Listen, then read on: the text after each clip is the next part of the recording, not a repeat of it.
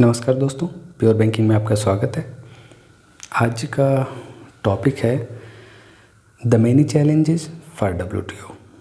तो ये नया आर्टिकल होगा आज का, the many challenges for WTO। तो अगर इस आर्टिकल के बारे में मैं थोड़ा सा बताना चाहूँ तो ये है कि राइटर ये बोल रहे हैं कि इसमें अभी जो डायरेक्टर जनरल हैं उनका चुनाव होने वाला है और इस बार की जो कैंडिडेट्स हैं वो दोनों लेडी कैंडिडेट्स हैं, यानी जो भी जीतेगा वो कोई लेडी होगा। तो आज अब आने वाले दिनों में WTO का जो डायरेक्टर जनरल होगा वो कोई फीमेल होने वाली है। तो पहली बार कोई नारी शक्ति इतने दिनों के बाद इसमें आएगी और पूरी तरह से वर्ल्ड ट्रेड ऑर्गेनाइजेशन को लीड करेगी। तो राइटर बोल रहे हैं कि उनके लिए चीज़ें इतनी आसान नहीं होगी, चीज़ें बहुत कठिन होने वाली है। उन्हें बहुत सारी प्रॉब्लम को टैकल करना पड़ेगा, उन्हें बहुत सारी चीज़ों को देखना पड़ेगा।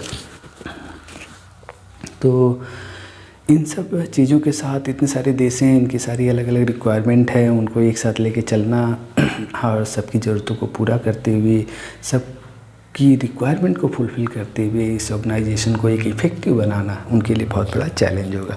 तो इन सारी चीज़ों के ऊपर बात की जाएगी इस आर्टिकल में। तो बिना देरी के चलिए शुरू करते हैं और देखते हैं कि राइटर क्या बोलना चाह रहे हैं इन आर्टिकल में। द मेनी चैलेंजेस फॉर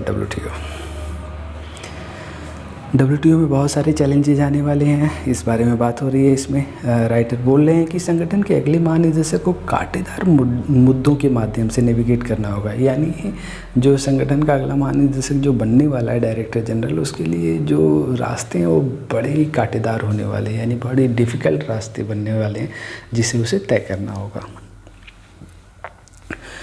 तो जो पहले first time in its 25 years history, 25 साल के इतिहास में पहली बार कोई वर्ल्ड ट्रेड ऑर्गेनाइजेशन में कोई विमन आएगी जो उसे लीड करने वाली है। एक बहुत ही दिनों के बाद ऐसा कुछ हो रहा है, 25 साल की हिस्ट्री है उसमें पहली बार ऐसा हो रहा है। तो एक रिकॉर्ड बनने वाला है कि कोई एक लेडी कैंडिडेट्स आ रही है जो हमारा जो WTO की डायरेक्टर जनरल बनने वाली है। तो इसमें दो कैंडिडेट्स हैं, एक नाइजीरिया की है, दूसरा साउथ कोरिया की है। इन दोनों में से किसी एक का चुनाव होगा आगे चल के और वो हमारी DG बनने वाली है, यानी इस पूरे वर्ल्ड ट्रेड ऑर्गेनाइजेशन की डायरेक्टर जनरल बनेंगी। एक बहुत ही प्रेस्टिजियस पोस्ट है DG का, और उनके जो जॉब होंगे वो भी काफ़ी हाई लेवल के जॉब होंगे, काफ़ी मेहनत करनी होगी उन्हें। तो उनके लिए जो चीज़ें हैं वो काफ़ी आसान नहीं रहने वाली है। तो राइटर बोल रहे हैं कि उनको बहुत ही सूझबूझ के साथ, बहुत ही डिटर्मिनेशन, बहुत ही इच्छा शक्ति, दृढ़ इच्छा शक्ति के साथ उन्हें काम करना होगा। उन्हें बहुत सारे जो इश्यूज़ हैं उन्हें बैलेंस करके चलना होगा। उनके अंदर एक ऐसी स्किल होनी चाहिए कि वो इश्यूज़ को बैलेंस करना जाने, क्योंकि इसमें 164 मेंबर्स कंट्रीज़ हैं। तो उनकी अलग अलग डिमांड होगी, अलग अलग रिक्वायरमेंट होगी, अलग अलग उनके विजन्स होंगे। इन सब को मैनेज करते हुए, इन सबको एक साथ लेके चलते हुए, सबकी रिक्वायरमेंट को फुलफ़िल करते हुए उन्हें आगे बढ़ना होगा, ताकि इस ऑर्गेनाइजेशन को इफ़ेक्टिव बना सकें और यहाँ पे एक इफ़ेक्टिवली काम हो सके। जो नेक्स्ट DG होंगे उनके लिए इकोनॉमी को भी डील करना होगा, जो कि कोविड-19 की वजह से पूरी तरह से क्रैश हो चुकी है। ये भी एक बहुत बड़ा इशू होगा उनके लिए बहुत बड़े इशू ये है कि इसे सिर्फ डील ही नहीं करना है, इसे फिर से रिवाइव करना होगा, फिर से इसमें जान डालनी होगी। ये भी उनके लिए बहुत बड़ा चैलेंज होगा। तो कोविड आने की वजह से चैलेंजेस बढ़ गए हैं उनके लिए। वैसे भी इशूज़ बहुत सारे थे, लेकिन कोविड ने और सारे इशूज़ पैदा कर दिए। तो इन सारी चीज़ों पर नए DG को काम करने की ज़रूरत है। और एक सबसे इंटरेस्टिंग होगा कि इसमें जो बाकी देश होंगे, जो देश है 164 कंट्रीज़, वो भी टकटकी लगा के देखेंगे DG की तरफ कि कहीं वो कोई गैर पक्षपातपूर्ण हो गया तो नहीं अपना रहा है, कहीं ऐसा तो नहीं किसी की तरफ टिल्ट हो गया और किसी का फेवर तो नहीं कर रहा है। जैसे कोविड में हुआ था कि कोविड में बहुत ब्लेम लगे। कोविड में लोगों ने बोला कि जो हमारे ऑर्गेनाइजेशन से बड़े वो क्या कर रहे हैं कि वो चाइना का फेवर कर रहे हैं, क्योंकि चाइना उन्हें पैसा दे रहा है। तो कोविड में भी इस तरह के इल्ज़ाम लगे हैं कि जो UN के ऑर्गेनाइजेशंस हैं उन्होंने चाइना को फेवर किया, चाइना के फेवर में बात की, चाइना को उस तरह से जिम्मेदार नहीं ठहराया जिस तरह से जिम्मेदार ठहराना चाहिए था। तो इस वजह से बहुत सारी प्रॉब्लम आई। तो वर्ल्ड ट्रेड ऑर्गेनाइजेशन में भी इस तरह की प्रॉब्लम आने वाली है। इसमें बहुत सारी, इतने सारे देश हैं, 164 कंट्रीज़ हैं। तो लोगों को डर है इस बात का कि कहीं वो कुछ देशों की तरफ टिल्ट ना कर जाए। तो इसके लिए भी जो बाकी के देश होंगे वो टकटकी लगा के देखेंगे डीजी की तरफ कि डीजी का डिसीजन क्या है, कहीं वो पक्षपातपूर्ण रवैया तो नहीं अपना रहा है। इस बारे में भी लोग ध्यान देंगे। तो ये सारे इशूज़ हैं जो डीजी को मैनेज करने होंगे आने वाले दिनों में। जो करेंट डेडलॉक है WTO में, ये मेंबर कंट्रीज़ की वजह से वो ऐसा बिलीव करती हैं कि इसमें रिफॉर्म करने की ज़रूरत है। तो ये जो डेडलॉक है ठीक नहीं है। ऐसे भी कोविड की वजह से बहुत सारी चीज़ें बिगड़ गई हैं। तो इस डेडलॉक को जल्दी से सही करने की ज़रूरत है। इसमें अर्जेंट रिफॉर्म की ज़रूरत है ताकि इसको सही किया जा सके।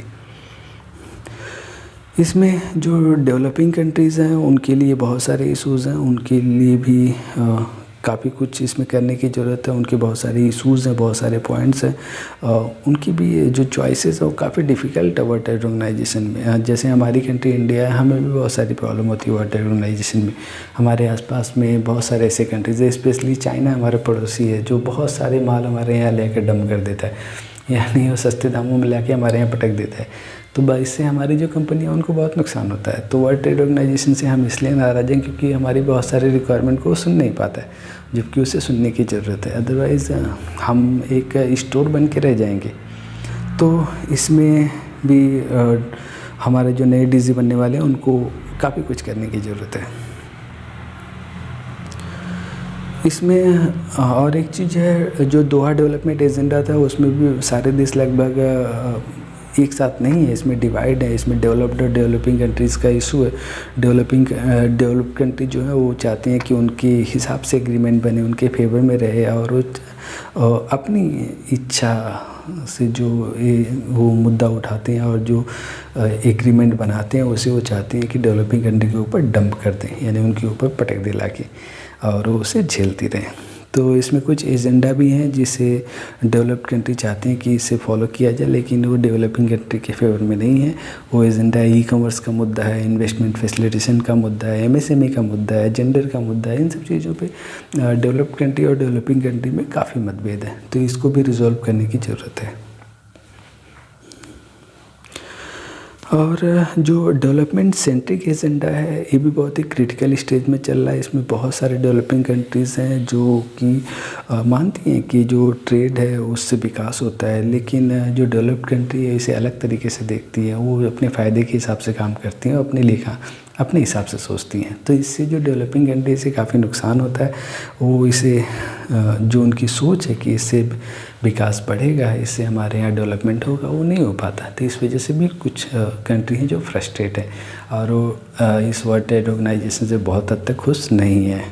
तो इस पर भी काफ़ी काम करने की ज़रूरत है।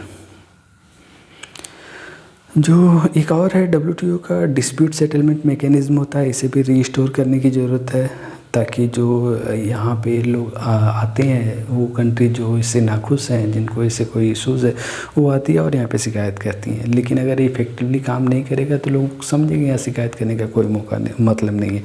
तो इसे इफ़ेक्टिव बनाने की ज़रूरत है, ताकि जो अपीली निकाय यहाँ पे लोग आएँ और अपनी कंप्लेन कर सकें और एक इफ़ेक्टिवली या इफ़िशिएंट वे में काम कर सके। ये हमारे आने वाले डीजी को करने की ज़रूरत है। इस पे सोचने की भी ज़रूरत है, ताकि WTO का अस्तित्व बना रहे लंबे समय तक। जो डेवलपिंग कंट्रीज़ हैं इसमें भी कुछ चेंजेज होने वाले हैं डिफिनीशन में डेवलपिंग कंट्रीज़ की। इसमें क्या है कि कुछ जो डेवलप्ड कंट्री वो चाहती हैं कि कुछ कंट्रीज़ को इसमें से शिफ्ट किया जाए डेवलप्ड कंट्री में। इसमें इस वजह से कुछ डिफरेंस है, कुछ डिफरेंशियल सिचुएशन बनी हुई है। इसका जो डेवलप्ड कंट्री है उनकी सोच है कि जो डेवलपिंग कंट्री इनको इसमें से पुश करके अपग्रेड करके डेवलप्ड कंट्री में लाया जाए। जैसे चाइना है, इंडिया है, साउथ अफ्रीका है, तुर्की है, इजिप्ट है, इन सब चीज़ों को चाहते हैं कि इसमें से निकाला जाए। और इनकी जो इमर्जिंग इकनॉमी है, जब इनको निकाला जाएगा तो जो इनकी इकनॉमी है उस पर बहुत ज़्यादा इफेक्ट पड़ने वाला है, बहुत हद तक इफेक्टिव होंगी इससे, यानी बहुत बुरा इम्पैक्ट पड़ने वाला है। तो ये भी एक इशू है, इस पर काफ़ी कुछ होने वाला है, काफ़ी बात होने की ज़रूरत है। तो ये भी डीजी के लिए एक मुद्दा है, इस पर भी उनको सोचना पड़ेगा क्या करना है। अब चाहे जो भी ले लीजिए जाए, चाहे जो भी किया जाए, लेकिन कुछ कंट्री ऐसी हैं कि जिसको इससे बहुत फ़ायदा होता है WTO के रूल से। जो 1995 में बना था ये पूरी तरह से फॉल्टी है, और इससे कुछ कंट्रीज़ को, जो डेवलप्ड कंट्री है, उन्हें बहुत फ़ायदा होता है। लेकिन कुछ ऐसी कंट्री है जिनको इसमें बहुत नुकसान होता है, और उस क्षेत्र में हमें तो इससे बहुत नुकसान होता है। तो हम इससे बिल्कुल खुश नहीं हैं, और इसलिए हम WTO में हमेशा मांग उठाते रहते हैं कि इसमें इम्प्रूवमेंट करने की ज़रूरत है। अब आगे चल के देखा जाए तो कुछ एग्रीमेंट हैं, कुछ एग्रीमेंट होने चाहिए इसमें, ताकि जो डेवलपमेंट का मुद्दा है उसे उठाया जा सके, और इसके पैरामीटर को डेवलपिंग कंट्रीज़ के हिसाब से डेवलप किया जा सके, जो कि अभी तक नहीं है। अभी डेवलपमेंट में जो डेवलपिंग कंट्री है उनके पैरामीटर को यूज़ ही नहीं किया जाता, उनको कुछ जगह ही नहीं दी जाती, तो उनका स्टेटस में खतरे में पड़ा रहता है, वो सिर्फ एक मार्केट बन के रह जाती हैं। तो इस बारे में सोचने की ज़रूरत है। अब इंडिया के लिए क्या है कि इंडिया को अगर इसमें WTO में बने रहना है तो उसे बहुत लंबे समय तक निगोशिएट करते रहना होगा। जब तक अगर वो चाहता है कि अपने अस्तित्व को लंबे समय तक बनाए रहे, तो उसे निगोशिएट करते रहना होगा, अपनी मांग को उठाते रहना होगा, और एक डेवलपमेंट का जो टेबल है इस टाइप का कोई फार्मूला बनाना होगा उसे, ताकि पता चल सके कि डेवलपमेंट को किस एंगल से डिसाइड किया जा रहा है, डेवलपमेंट को किस एंगल से देखा जा रहा है। तो इसका एक एक्सेप्टेबल फार्मूला बनाने की ज़रूरत है, जिसमें हमें भी फ़ायदा हो, हम भी उसमें फिट बैठ सकें, जो कि अभी तक नहीं है। तो इस बारे में भी काफ़ी कुछ करने की ज़रूरत है, और हमारा जो रोल है वो निगोशिएशन का होना चाहिए, और हमें लंबे समय तक इसमें निगोशिएट करते रहना होगा। अब अभी करंट निगोशिएशन में क्या होता है, WTO में जो निगोशिएशन होता है उसमें सिर्फ एक ही मुद्दा रहता है, वो मत्स्य पालन यानी फिशरीज़ का मुद्दा उठा रहता है। क्योंकि जो WTO की मेंबर कंट्रीज़ हैं उसमें जो उनका जो बहुत बड़ा व्यापार है वो फिशरीज़ का होता है, तो अपने हिसाब से, अपने इंटरेस्ट के हिसाब से मुद्दे को उठाती हैं, वो इसलिए फिशरीज़ के मुद्दे को ज़्यादा उठाती हैं। जबकि हमारा फिशरीज़ का बहुत बड़ा मार्केट नहीं है, हम अभी भी बहुत कम फिशरीज़ के फील्ड में काम करते हैं, हमारे बहुत ही जो मछुआरे हैं उतना एफिशिएंट नहीं है, तो हम इस मुद्दे को उतना नहीं उठा पाते। लेकिन बाकी देश जो हैं, जो डेवलप्ड कंट्री है, वो उनके लिए एक प्रायोरिटी का मुद्दा है। तो अक्सर निगोशिएशन जो होता है उसमें फिशरीज़ का ही मुद्दा उठा रहता है, और इस पर सब्सिडी के लिए बात की जाती है, और इससे इंडिया को कोई ख़ास फ़ायदा नहीं होता। अब इंडिया को अपनी ज़मीन तलाशने की ज़रूरत है, और इंडिया को देखना है कि वो क्या कर सकता है, वो अपने लोगों के लिए क्या कर सकता है। तो जैसे डेवलप्ड कंट्री है उनके लिए फिशरीज़ एक मुद्दा है, वैसे हमारे लिए भी फार्मर्स एक मुद्दा है। उनका ट्रेडिशनल और आर्टिसनल जो फार्मर्स हैं हमारे, यानी पारंपरिक और कारीगर किसान जो हैं, वो एक बहुत बड़ा मुद्दा हमारे लिए। तो हमें इस मुद्दे को बार बार उठाते रहना होगा, बार बार वहाँ पे रखना होगा, ताकि हमारे जो लोग हैं ये भी सर्वाइव कर सकें। तो हमारे लिए एक बहुत बड़ा मुद्दा है, इसको इंडिया को बार बार रखना होगा, ताकि हम इस मुद्दे पे बने रहें और अपने लोगों को हम प्रोटेक्ट कर पाएँ। एक और चीज़ है जो बहुत ही डेंजर सिचुएशन पैदा करने वाली है, अगर कुछ हद तक ऐसी कोई WTO में सिचुएशन बन जाती है कि पूरा इंटरनेशनल वाटर सबके लिए फ्री कर दिया जाए, तो हाहाकार मच जाएगा। क्योंकि जो डेवलप्ड कंट्री है उनके जो मछुआरे हैं, जो फिशरीज़ हैं, वो उनको पूरी छूट मिलेगी, और वो पता चला कि इंटरनेशनल वाटर में आके फिशिंग का काम कर रहे हैं। यहाँ तक कि वो जो डेवलपिंग कंट्री है उनके कोस्टल एरिया में आके भी फिशरी का काम करेंगे अगर उनको छूट मिल जाए। तो हमारे जो मछुआरे हैं, हमारे जो कोस्टल एरिया के लोग हैं जिनका फिशरीज़ एक बहुत बड़ा बिजनेस है, वो पूरी तरह से बर्बाद हो जाएंगे। तो हमें इस मुद्दे को भी बार बार उठाना होगा और WTO में इसे रखते रहना होगा, ताकि डेवलप्ड कंट्री को इतना मौका ना मिले कि वो हमें बर्बाद कर दें। तो ये भी एक इशू है, इस पे भी हमें आगे चल के काम करते रहना होगा। कुछ एक चीज़ और है जो WTO में होता है, वो है कि डिसीजन मेकिंग एक कंसेंसस बेस्ड डिसीजन मेकिंग होता है। यानी कोई भी डिसीजन तब लिया जाता है जब उसके सारे कंट्री एग्री हों। अगर सपोज़ कि 164 कंट्री में से 2 कंट्री ऐसे हैं जिन्होंने बोला नहीं हम इस जो एग्रीमेंट है इससे सहमत नहीं है, तो एग्रीमेंट फेल हो जाएगा, वो एग्रीमेंट आउट ऑफ ट्रैक माना जाएगा, वो पूरी तरह से उससे उतर जाएगा। तो इससे एक फ़ायदा होता है कि जो डेवलपिंग कंट्री है उन्हें भी डेवलप्ड कंट्री के बराबर में खड़ा होने का मौका मिलता है।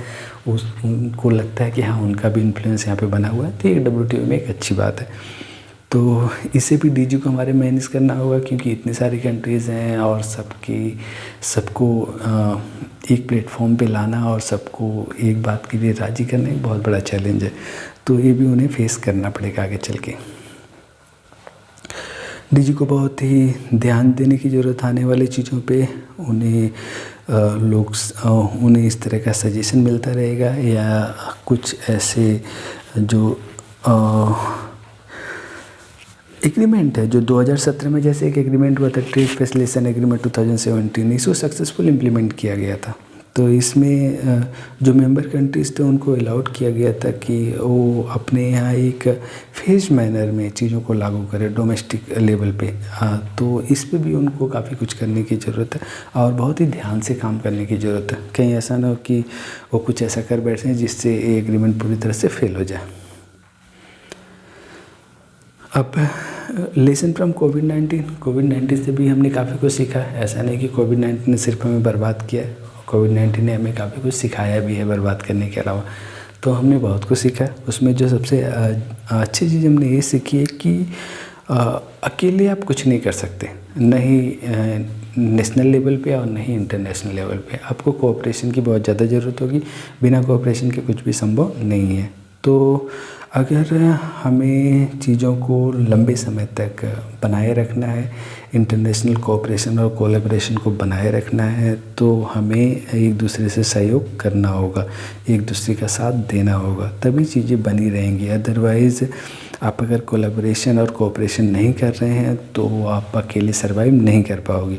ये चीज़ें हमें इस पेंडेमिक ने सिखाई है कि कोई भी कंट्री अकेले कुछ नहीं कर सकती, उसे दूसरे कंट्री की सहायता की ज़रूरत पड़ेगी। तो DG के लिए ये पेंडेमिक के इफ़ेक्ट को मॉडरेट करना एक बहुत बड़ा चैलेंज है। उसे मॉडरेट करना होगा और उसके लिए सबसे ज़्यादा ज़रूरी उनके लिए ये है कि वो कोई एक क्लियर डायरेक्शंस दे, लोगों को क्लियर डायरेक्शंस दे, ताकि जो सप्लाई चेन है वो पूरी तरह से फ्री और ओपन हो सके और चीज़ों को जाने ले आने में रिस्ट्रिक्शंस ना हो और चीज़ें आसानी से पहुंच सकें। कुछ रिकमेंड करें, स्टैंडर्ड्स हार्मोनाइज सिस्टम बनाएं, कुछ ऐसा सिस्टम बनाएं जो स्टैंडर्ड हो, जो पूरी तरह से क्या बोलते हैं, लोगों के लिए फ्रेंडली हो, उसमें कोई रिस्ट्रिक्शंस ज़्यादा ना हो, चीज़ें आराम से एक जगह से दूसरी जगह जा सकें। इस तरह की एक स्टैंडर्ड सिस्टम बनाने की ज़रूरत है, ताकि हम चीज़ों को आसानी से एक जगह से दूसरी जगह पहुंचा सकें। वेसिन्स का भी क्लासिफिकेशन होना चाहिए इसमें, ताकि वेसिन्स को भी आसानी से एक जगह से दूसरी जगह पहुंचाया जा सके। और जो इंपोर्ट एक्सपोर्ट का रिस्ट्रिक्शन है, इसे भी हटाने की ज़रूरत है, ताकि चीज़ें आसानी से उन जगहों तक पहुंच सके जहां उनको पहुंचने की ज़रूरत है। तो DG के लिए इन सब चीज़ों पे काम करने की ज़रूरत है ताकि चीज़ें सुधर सकें। एक और इशू है जो उनको करना है। पहली बात तो देशों को ध्यान देने की ज़रूरत है कि उन्हें ग्लोबल एफर्ट्स की बहुत ज़्यादा ज़रूरत होगी इस पेंडेमिक को टैकल करने के लिए। तो सबसे ज़रूरी है कि उन्हें वॉलंटियर्स शेयर करना पड़ेगा, और जो इंटेलेक्चुअल प्रॉपर्टी राइट है उन्हें भी ख़त्म करने की ज़रूरत है, ताकि हम इस मेडिसिन को इस पेंडेमिक में सही जगह पे आसानी से पहुंचा सकें, ताकि हर लोगों तक ये मेडिसिन पहुंच सके। अभी डर ये है कि मेडिसिन को कुछ जगह स्टोर किया जा रहा है, कुछ जगह ही रखा जा रहा है, बाकी जगह नहीं जाने दिया जा रहा है। कुछ तो ऐसी कंट्री हैं जो चाह रही हैं कि फ्यूचर के लिए वो अपने देश में ही मेडिसिन को सिक्योर करके रख ले। ये एक बहुत ही गलत ट्रेंड बन रहा है। इससे उन देशों को बहुत नुकसान पहुंचेगा जो बहुत ही गरीब हैं और जो अभी तक मेडिसिन को नहीं बना पाए हैं, यानी वो दूसरे देशों पर निर्भर है, तो वो पूरी तरह से बर्बाद हो जाएंगे। और अगर वो बर्बाद हुए तो उनका असर दूसरे देशों पे भी पड़ने वाला है। तो इस पे भी काम करने की ज़रूरत है और इस पे DG को ध्यान देने की ज़रूरत है कि ये जो इंटेलेक्चुअल प्रॉपर्टी राइट इसे ख़त्म किया जाए और मेडिसिन की पहुंच अधिक से अधिक लोगों तक बनाई जाए। हमारे प्राइम मिनिस्टर ने बोला था कि इंडिया जो वैक्सीन प्रोडक्शन और डिलीवरी के लिए पूरी तरह से वचनबद्ध है। इंडिया चाहेगा कि वो ह्यूमैनिटी लेवल पे, मानवता के नाते पूरे विश्व में जहाँ भी हो सके वो मेडिसिन की सप्लाई करे और लोगों को इसकी खुराक पहुँचाए। तो उन्होंने डीजी से रिक्वेस्ट किया कि डीजी को इसमें रिस्पॉन्सिबल रोल प्ले करने की ज़रूरत है, उन्हें बहुत सारे बैरियर्स उन्हें हटाने की ज़रूरत है, इंटेलेक्चुअल प्रॉपर्टी और जो राइट है इसे ख़त्म करने की ज़रूरत है, और जो लीगल फ्रेमवर्क है उसे सिक्योर करने की ज़रूरत है। जो WTO TRIPS एग्रीमेंट हुआ था इसके हिसाब से उन्हें इन चीज़ों को सिक्योर करने की ज़रूरत है। तो उसमें एक इंटरेस्टिंग चीज़ है कि आर्टिकल 8 और 31 में इसमें बोला गया है कि अगर कोई एक विशेष सिचुएशन बनती है तो उसमें इंटेलेक्चुअल प्रॉपर्टी राइट को ख़त्म किया जा सकता है और उसे अलाउ किया जा सकता है ताकि वो लोगों तक पहुंच सके कुछ सर्टेन कंडीशन में। तो इस आर्टिकल का यूज़ करके भी डीजी को काम करने की ज़रूरत है ताकि मेडिसिन की पहुंच सारे हर जगह तक हो सके। और कुछ देश जो डेवलप्ड कंट्री है वही इसे पकड़ के न बैठे रहें ताकि बाकी लोग को इसका फ़ायदा मिले। इसके लिए बहुत ज़रूरी है कि इस रिस्ट्रिक्शंस को हटाया जाए और इस मेडिसिन की पहुंच हर उन लोगों तक की जाए जो जिनको इसकी ज़रूरत है। तो इस पे भी डीजी को काफ़ी काम करने की ज़रूरत है और उसे इस आर्टिकल से हेल्प मिल सकती है। इसके लिए जो सबसे ज़्यादा ज़रूरी है वो डीजी के लिए ये है कि वो एक ट्रस्ट पैदा करें, लोगों के अंदर एक विश्वास जगाएं, जो मेंबर कंट्रीज़ हैं उनके अंदर विश्वास जगाएं, उन्हें उनकी इंगेजमेंट को बढ़ाएं मैक्सिमम लेवल पे, और जो कुछ रूल्स हैं उसे लगाएं ताकि वो इनके इंटरेस्ट में बना रहे, सारे जो नेशन है उनका इंटरेस्ट इसमें बना रहे, इस तरह के रूल्स बनाएं। और जो कुछ अनफेयर ट्रेड प्रैक्टिस है उसे पूरी तरह से बंद कर दें ताकि जो कंट्रीज़ अभी तक जो डेवलपिंग कंट्रीज़ स्पेशली हैं जो पूरी तरह से फ्रस्ट्रेट हो चुकी हैं उनका भी विश्वास इस वर्ल्ड ट्रेड ऑर्गेनाइजेशन में बना रहे। तो ये कुछ चीज़ें हैं, कुछ सजेशन राइटर दिए हैं कि हमारे आने वाले डायरेक्टर जनरल को ये सब चीज़ें करने की ज़रूरत है ताकि वर्ल्ड ट्रेड ऑर्गेनाइजेशन का अस्तित्व लंबे समय तक बना रहे और इससे लोगों को फ़ायदा मिलता रहे। तो इस आर्टिकल में इतना ही। मुझे लगता है कि इस वर्ल्ड ट्रेड ऑर्गेनाइजेशन से रिलेटेड जो आर्टिकल था इसके बारे में मैं आपको काफ़ी कुछ बता चुका हूँ, तो मुझे उम्मीद है कि आपको इससे कुछ ना कुछ फ़ायदा ज़रूर हुआ होगा। तो इस चैनल को लोगों तक पहुंचाइए, इस वीडियो को लाइक करिए, इसे शेयर करिए, मेरी इस वीडियो की पहुंच मैक्सिमम लोगों तक बनाए रखिए ताकि लोगों को इसके बारे में पता चले और पता चले वर्ल्ड ट्रेड ऑर्गेनाइजेशन क्या होता है और उससे लोगों को क्या क्या फ़ायदा हो सकता है और बहुत सारी चीज़ें। तो आने वाले दिनों में ऐसी बहुत सारी वीडियो आती रहेंगी। तो द हिंदू के एडिटोरियल से मैं कोई ना कोई एक वीडियो लेता हूँ और हर रोज़ एक नई वीडियो के साथ आपके पास आता हूँ। तो बने रहिए मेरे चैनल के साथ और हर रोज़ मिलते हैं एक नई वीडियो के साथ। तो ठीक है, कल फिर से मिलता हूँ एक नई वीडियो के साथ। आज के लिए इतना ही। जय हिंद।